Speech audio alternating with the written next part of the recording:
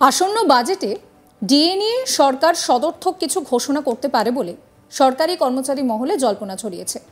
আগামী ফেব্রুয়ারি মাসের 10 তারিখ থেকে শুরু হচ্ছে রাজ্য বিধানসভার বাজেট অধিবেশন। 12 ফেব্রুয়ারি রাজ্য বাজেট পেশ করবেন অর্থমন্ত্রী চন্দ্রিমা ভট্টাচার্য। 2026 সালের বিধানসভা নির্বাচনের আগে এবারের বাজেট সরকারের শেষ পূর্ণাঙ্গ বাজেট। রাজ্য সরকারি কর্মচারীরা তাই বাজেট থেকে ডিএ বৃদ্ধির ঘোষণার আশা রয়েছেন। নবান্ন সূত্রে খবর, আসন্ন বাজেটে কয়েকটি নতুন প্রকল্পের ঘোষণা করতে পারে সরকার। এছাড়া রূপশ্রী, কন্যাশ্রী, লক্ষ্মীর ভাণ্ডারের মতো জনপ্রিয় প্রকল্পগুলিতে বরাদ্দও বাড়ানো হয়েছে।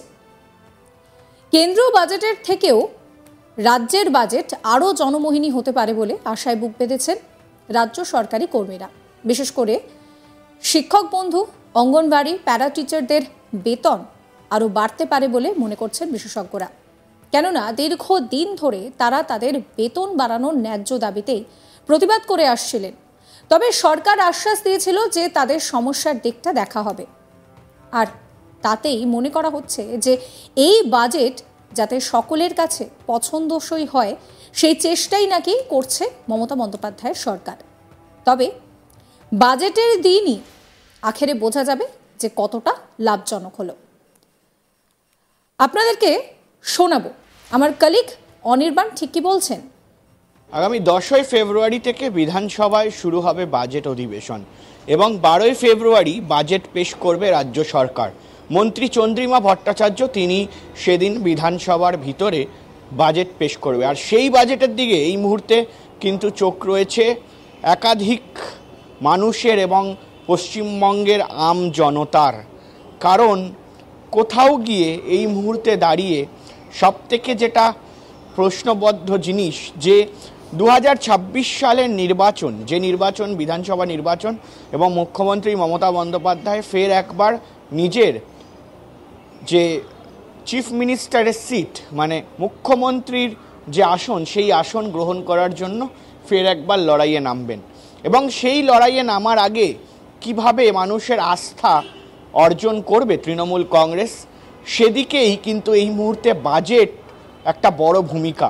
এবং মূলত সেখানে দাঁড়িয়ে বাজেটে কি কি বিষয়ে ধ্যান দেওয়া হতে পারে সেটা কিন্তু আমরা ইতিমধ্যেই প্রকাশিত করেছি এবং তারই মধ্যে কয়েকটি বিষয় আরও উঠে আসছে, যেখানে দাঁড়িয়ে আমরা জানি যে এই মুহূর্তে কিন্তু মহিলা ভোট ব্যাংক, যে মহিলা ভোট ব্যাংক এই মুহূর্তে মুখ্যমন্ত্রী মমতা বন্দ্যোপাধ্যায় সব সময় টার্গেট করেন, সেখানে লক্ষ্মীর ভাণ্ডার থেকে শুরু করে কন্যাশ্রী, রূপশ্রী বিভিন্ন প্রকল্পে কিন্তু এই মুহূর্তে বলা যেতে পারে যে কোথাও গিয়ে মুখ্যমন্ত্রী মমতা বন্দ্যোপাধ্যায় জনমোহিনী হয়ে গিয়েছেন।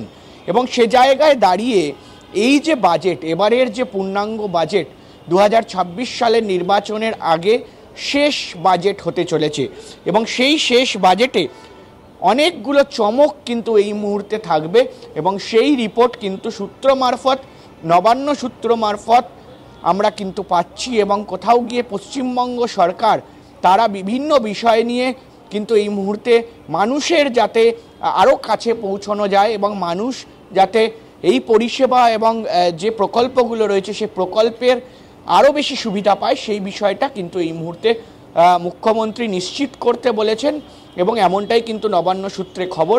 এবং তারই মধ্যে বলে রাখা ভালো যে এই মুহূর্তে পয়লা একেবারে ফেব্রুয়ারিতে সেখানে কিন্তু কেন্দ্রীয় সরকার নিজেদের বাজেট পেশ করবে। ফলে এই কেন্দ্রীয় সরকারের সঙ্গে টেক্কা দিতে বা কেন্দ্রীয় সরকারের থেকেও আরও ভালো জনমোহিনী বাজেট হয়তো আমরা দেখতে পাবো 12 ফেব্রুয়ারি পশ্চিমবঙ্গ সরকারের দ্বারা, এমনটাই সূত্র মারফত খবর। এবং বলে রাখা ভালো যে এই মুহূর্তে শিক্ষাবন্ধু, অঙ্গনওয়াড়ি এবং প্যারা টিচার মানে একেবারে বলা হয় যে প্রাইমারি টিচার যারা প্যারা টিচার হিসাবে রিক্রুট হয় সে জায়গায় দাঁড়িয়ে তাদের যে বেতন সেই বেতন কিন্তু এই মুহূর্তে বৃদ্ধি পেতে পারে এবং সেই বেতন বৃদ্ধি পাওয়ার দিকে কিন্তু এই মুহূর্তে কোথাও গিয়ে মুখ্যমন্ত্রী মমতা বন্দ্যোপাধ্যায় বা পশ্চিমবঙ্গ সরকার কিন্তু নিজেদের পুরো বিষয়টাকে সাজিয়েছে। এবং তারই মধ্যে বলে রাখা ভালো যে এই যে অঙ্গনওয়াড়ি রয়েছে সেই অঙ্গনওয়াড়ি মানে যেখানে গিয়ে কিন্তু এই মুহূর্তে বিভিন্ন মানুষ, প্রায় 2 লক্ষেরও বেশি মহিলা সেখানে কাজ করেন, সেখানে দাঁড়িয়ে তারা বেতন কোথাও গিয়ে 8,500 টাকা, 9,000 টাকা এই ধরনের বেতন পান, ফলে এই মুহূর্তে সেই বেতন বৃদ্ধি পেতে পারে এবং আগামী দিনে 10,000 টাকার বেশি বেতন হতে পারে, এমনটা সূত্র মারফত খবর। এবং তার পাশাপাশি অঙ্গনওয়াড়িতে আরও বেশি করে কিন্তু নিয়োগ প্রক্রিয়া চালানো হতে পারে এবং তার সঙ্গে সঙ্গে প্যারা টিচার, এবং সে জায়গায়ও কিন্তু বলা হচ্ছে যে কোথাও গিয়ে কিন্তু পশ্চিমবঙ্গ সরকার তারা কিন্তু রিক্রুটমেন্ট আরও বেশি করে করবেন এবং শিক্ষাবন্ধু থেকে শুরু করে বিভিন্ন বিষয়ে কিন্তু এই মুহূর্তে পশ্চিমবঙ্গ সরকার তারা কিন্তু ধ্যান দিচ্ছেন।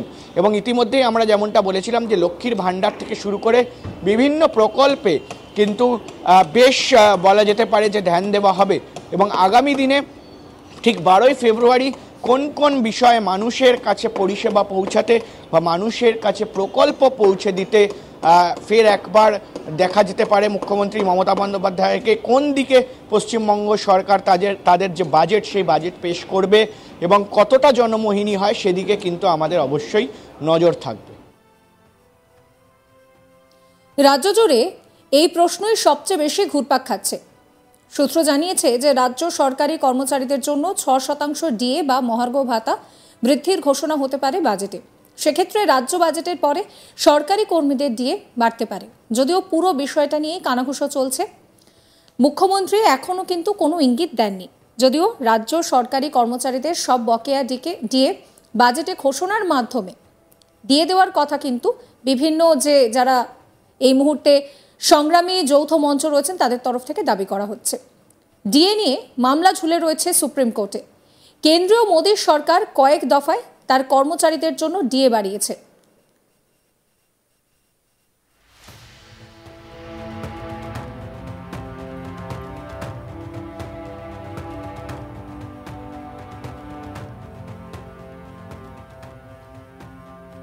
অনুমোদন দেওয়া হয়েছে 8ম বেতন কমিশন গঠনের। অনেক রাজ্য সরকার ও তাদের কর্মীদের জন্য ডিএ কিন্তু বাড়িয়েছে। তবে বাংলায় ডিএ নিয়ে মোটেই সন্তুষ্ট নন রাজ্য সরকারি কর্মচারীরা। গত কয়েক বছর ধরেই এই নিয়ে আন্দোলন করছেন তারা। যৌথ সংগ্রামী মঞ্চের ব্যানারে আন্দোলন চলছে।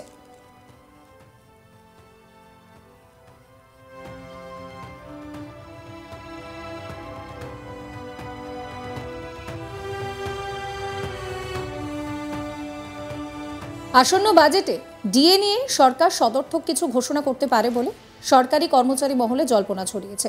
আগামী 10ই ফেব্রুয়ারি এই বাজেট পেশ করবে রাজ্য বিধানসভায় অর্থ প্রতিমন্ত্রী চন্দ্রিমা ভট্টাচার্য। সাবস্ক্রাইব করবেন আজ তাক বাংলার ইউটিউব চ্যানেলকে, ফলো করতে ভুলবেন না হোয়াটসঅ্যাপ চ্যানেল, এবং অবশ্যই আপনারা আপনাদের মতামত জানাবেন। কমেন্ট সেকশন খোলা রয়েছে আপনাদের জন্য।